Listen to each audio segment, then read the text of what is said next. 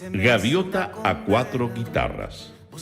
Junto a destacados músicos invitados, Alexis Venegas celebrará en Sala Máster el regreso a sus manos del máximo galardón obtenido en 2004 tras ganar el Festival de la Canción de Viña del Mar. Gaviota a cuatro guitarras, junto a Alexis Venegas en Sala Máster. Miércoles 30 de abril, 19:30 horas. Entradas disponibles en Portal Tickets y más información en salamaster.cl.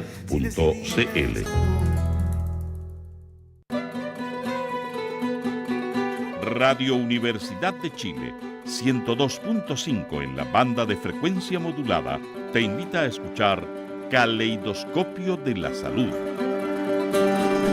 del Departamento de Enfermería de la Universidad de Chile, un programa que respeta la autonomía y apoya la decisión informada de las personas frente al cuidado de su salud y la de otros. 110 años a la vanguardia de los ciudadanos en la salud del país. Caleidoscopio de la Salud, todos los sábados a las 12 horas.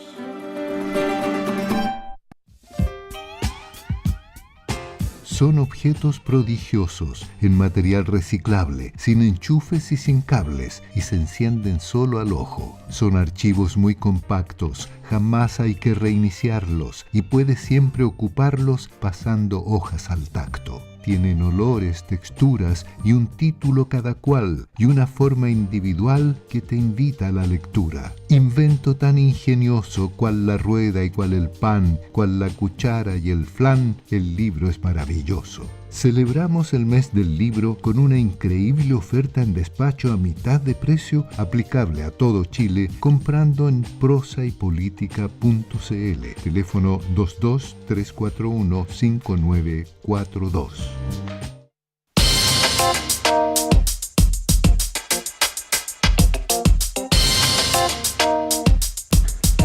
Estamos ya de vuelta en Política en Vivo y vamos a tener el gusto de compartir acá en estudios, por lo demás, la segunda parte de nuestro programa con el psicólogo, exministro de Desarrollo Social, ex constituyente, militante del Partido Comunista, don Marcos Barraza. Marcos, tiempo que no nos veíamos. Mucho tiempo. Mucho gusto de tenerte por aquí. No, el agrado es mío. Gracias por invitarme a ambos. Bienvenido, Marcos. ¿Cómo está la campaña de Janet Jara? ¿Cómo la has visto? Se está desplegando positivamente. Comunicacionalmente yo creo que Janet Jara es una candidata muy potente, transmite ideas que tienen mucha penetración en el sentido común de la ciudadanía. Creo que las encuestas de los últimos días han mostrado que es una decisión absolutamente asertiva del Partido Comunista que sea nuestra candidata. Y es altamente competitiva. En la conversación pública está su nombre permanentemente.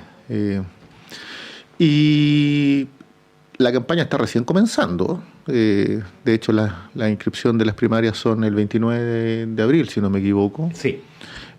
Son 2 meses intensos, 2 meses donde Janet va a recorrer Chile.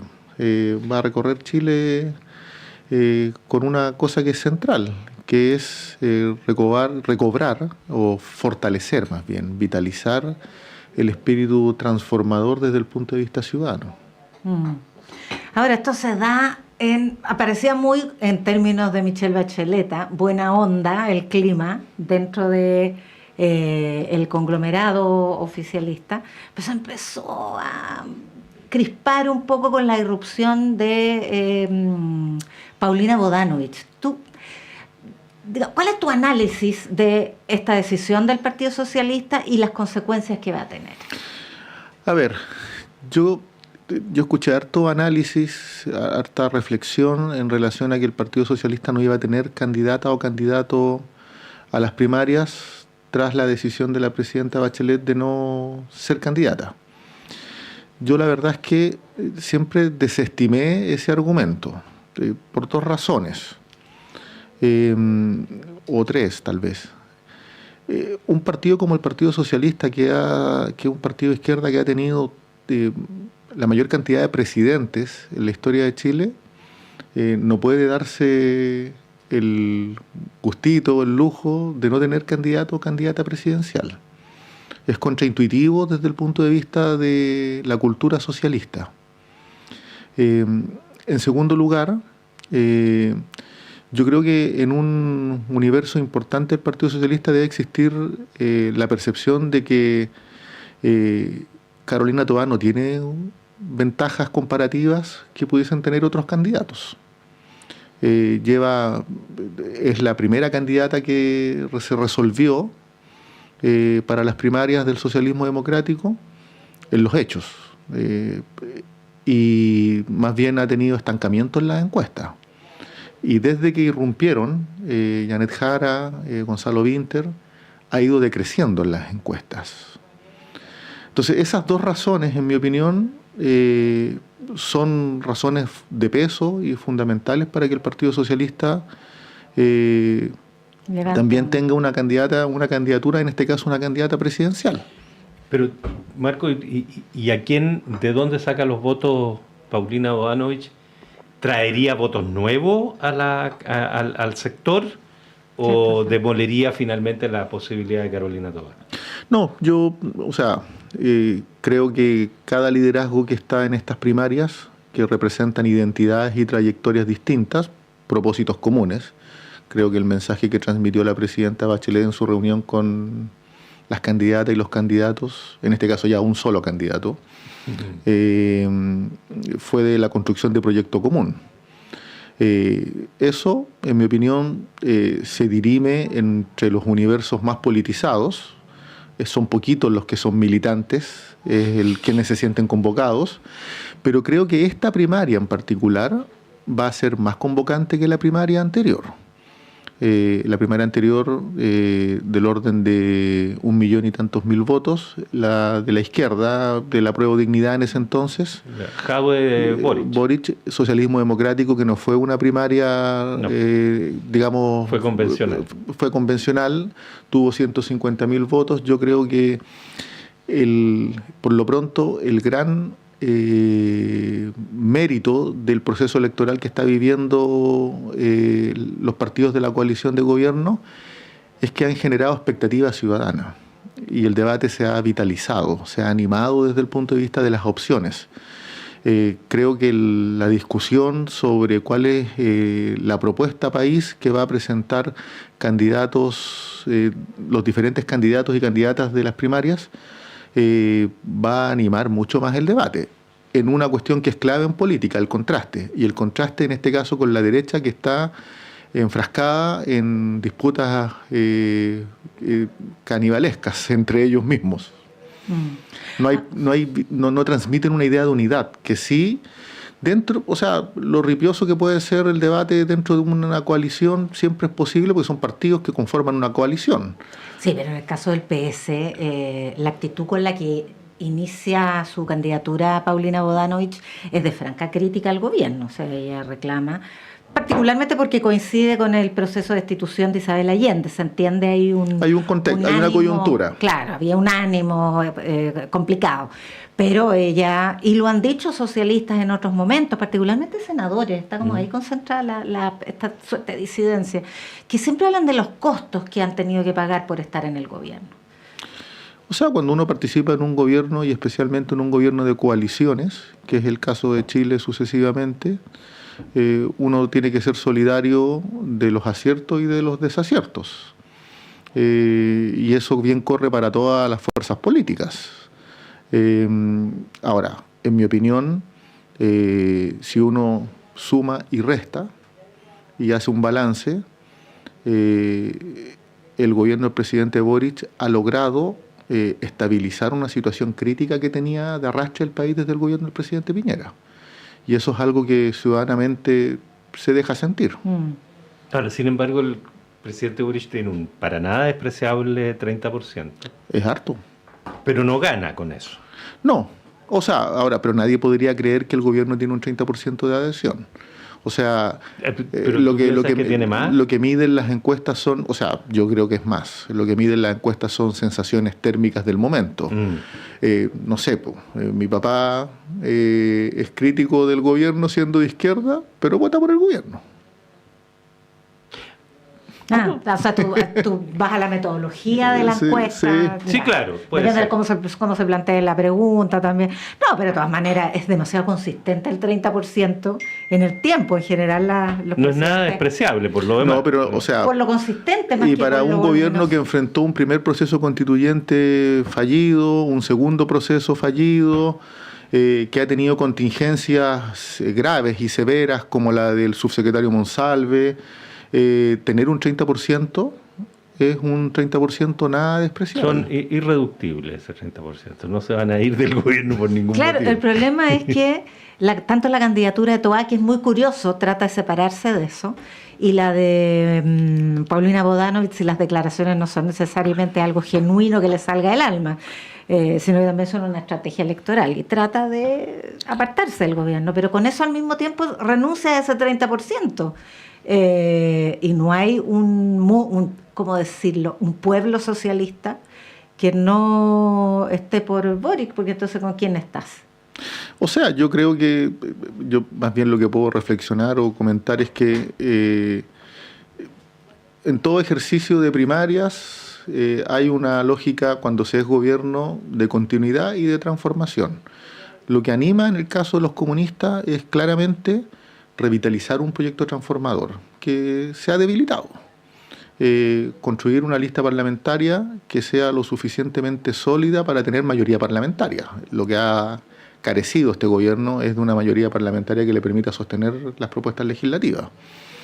Entonces, si esos son los objetivos, evidentemente que la discusión sobre ideas, sobre cuáles son los énfasis del periodo, es lo que debe marcar más que las evaluaciones respecto a la salida. ¿La coalición persiste? Yo tengo una duda respecto de, por ejemplo, para hacértela sin anestesia ninguna. Si la candidata es Janet Jara, Partido Comunista, yo tengo dudas de que parte de PPD, Partido Socialista, liberales, estén disponibles a ir bajo ese liderazgo en la misma coalición.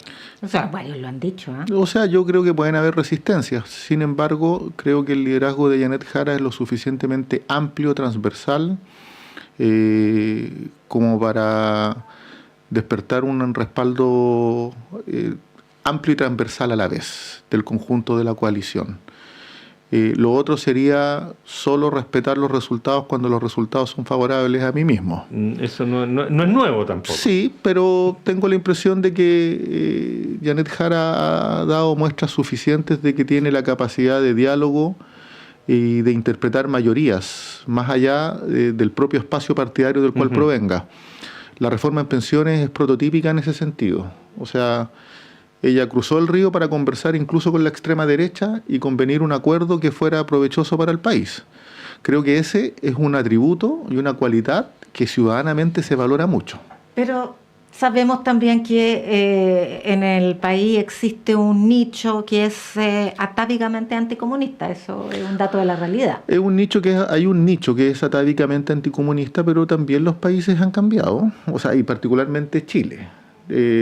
Si Chile tuvo la grandeza, después del gobierno del presidente Allende, de haber elegido un presidente socialista cuando fue Ricardo Lagos, luego haber elegido una presidenta mujer y socialista como fue la presidenta Bachelet en 2 oportunidades, y haber elegido un presidente de izquierda, el más joven en la historia, significa que las tendencias no son estáticas y que es perfectamente posible, incluso mirando datos cuantitativos y cualitativos del presente, cuando tenemos del orden de 5 millones de personas que irrumpieron por primera vez votando en el plebiscito del 4 de septiembre y votaron en una dirección y luego votaron en otra dirección. Es un universo que valora mucho más las características del candidato, la vocación del candidato, la impronta del candidato, en este caso la candidata, más que solo el origen y la adscripción partidaria.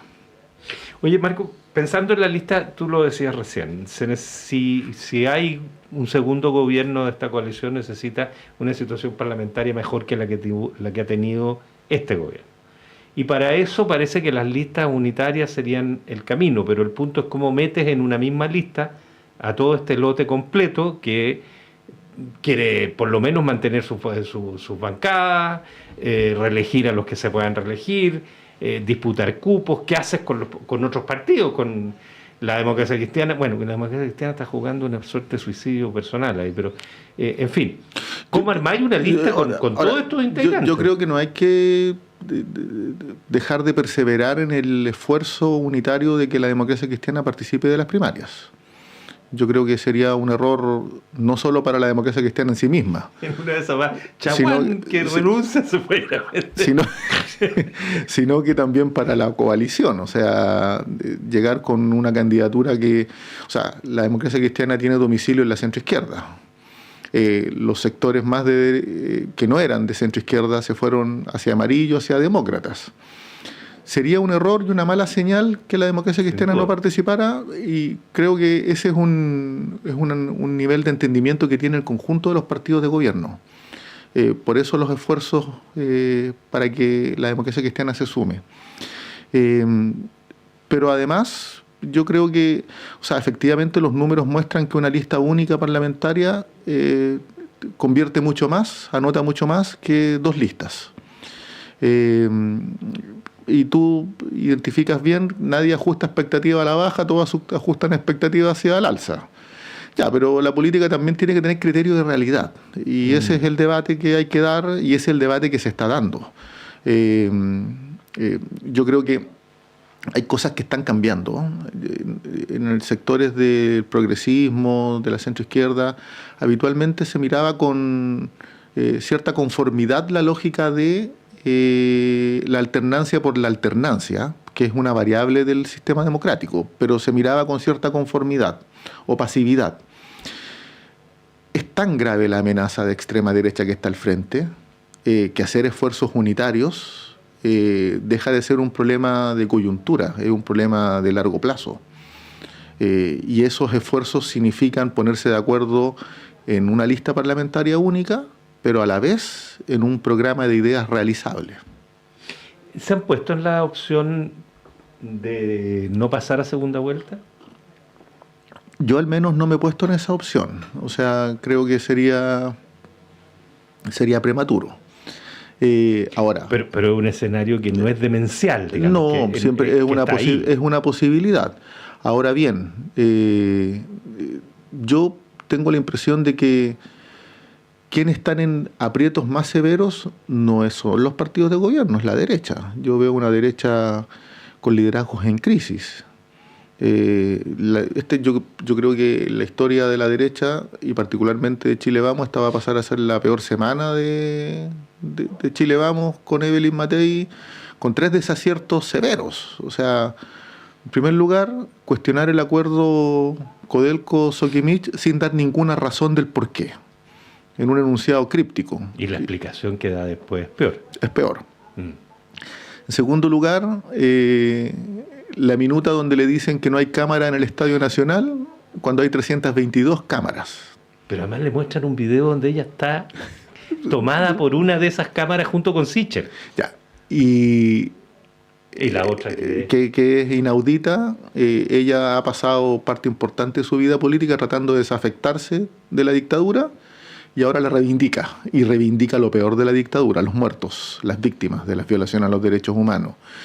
Da una señal muy severa, muy grave respecto del desapego, el desafecto a la democracia en el presente incluso, a propósito de la ascendencia o del crecimiento de la extrema derecha. Entonces está en un aprieto político respecto de por dónde transitar. Se nota que está muy presionada por sectores de extrema derecha y está compitiendo. Es notable la respuesta de Kaiser, ¿no? Kaiser le dice, bueno, si reivindica el gobierno militar, ¿por qué no la reivindicado antes? Sí, claro, y esto es una pataleta electoral. Entonces yo veo a la derecha mucho más en dificultades. No estoy diciendo que haya carrera corrida, muy por el contrario, yo tengo un optimismo moderado, pero creo que si las cosas se siguen haciendo bien, se puede ir recuperando terreno. Ahora, la lógica como más tradicional, uno tiende a pensar dentro de la caja, es que es más competitiva desde el mundo de la izquierda y la centroizquierda una candidatura más, entre comillas, moderada o que le habla al centro, frente a una derecha más ultra, porque agarra ese centro que no quiere a la ultraderecha, que una candidatura más de izquierda como se ve a Winter o a Janet Jara. ¿Tú no compartes eso? Yo creo que lo que define o determina el escenario y la competitividad de las candidaturas es la propuesta país. Y en ese sentido, yo lo que he escuchado de las prioridades de Janet Jara son seguridad pública, crecimiento económico, redistribución, trabajo, empleo formal, mejores salarios, salud. Hay un problema severo en el país de larga data en materia de salud. Bueno. Y que son prioridades absolutamente conectadas con la ciudadanía. Yo creo que el temor que existe es precisamente que el liderazgo de Janet Jara es un liderazgo amplio, que trasciende a los espacios del Partido Comunista o de nichos de izquierda. Ahora, está un problema que es como endémico, que sale en todas las campañas, en todos los debates, y es este complejo de calificar como autoritario un gobierno de Cuba o de Venezuela. Ya está más o menos resuelto.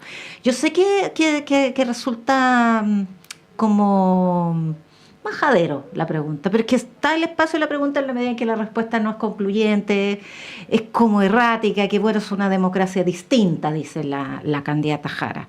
Pero ¿existen democracias distintas a aquellas? Yo sé que existen, pero... Existen. De hecho, de los 200 y tantos países del mundo, existen sistemas políticos distintos. Sí, hay democracias que no son liberales. Democracias que no son liberales, otras que sí. Sí, hay monarquías absolutas que tienen relaciones económicas con Chile bien prósperas. Como Emiratos. No son democracias. Sí, no, lo que digo es que hay sistemas políticos distintos. Sí, claro, por supuesto. la palabra democracia no necesariamente... La democracia es reciente y no es mayoritaria en el mundo. Existen democracias liberales y existen democracias centralistas, pero el tema son los derechos humanos y la disidencia. Pero lo que pasa es que en materia de derechos humanos, el respeto irrestricto a los derechos humanos es exigible en cualquier sistema político. No es privativo, o sea, uno no lo puede exigir en un sistema político y en otro no. Uh-huh. En eso no hay... O sea, ahora, yo sí creo que lo que al ciudadano promedio, y a propósito de cómo esto interpreta el debate público, lo que le preocupa sobre otras latitudes del mundo es cómo impacta el relacionamiento de la política internacional de Chile con otros países en Chile. O sea, yo creo que la ciudadanía está mucho más preocupada, como muestra la encuesta, de si el alza de aranceles que impuso Estados Unidos sobre 96 países, entre esos Chile, que tiene una pausa, pero que está ahí presente, latente, va a tener un impacto en el empleo.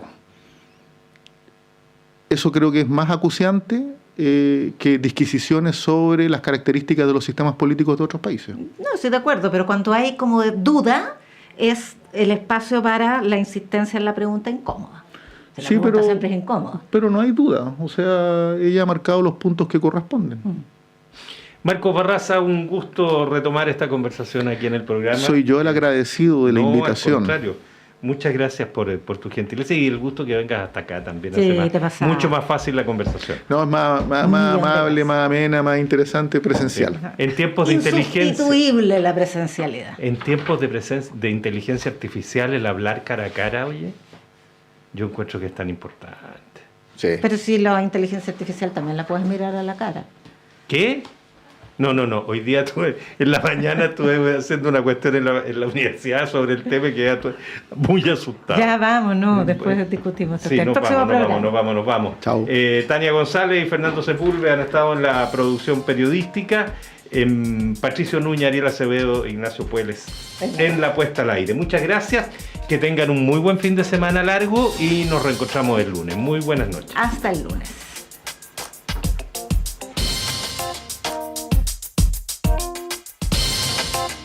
El Departamento de Prensa de Radio Universidad de Chile presentó Política en Vivo. Un análisis de la realidad nacional con panelistas e invitados. Conducen los periodistas Yasna Levín y Felipe Pozo. Producción, Tania González. Dirección, Patricio López. Política en Vivo, un programa de Radio Universidad de Chile en una transmisión conjunta con las radios que piensan y el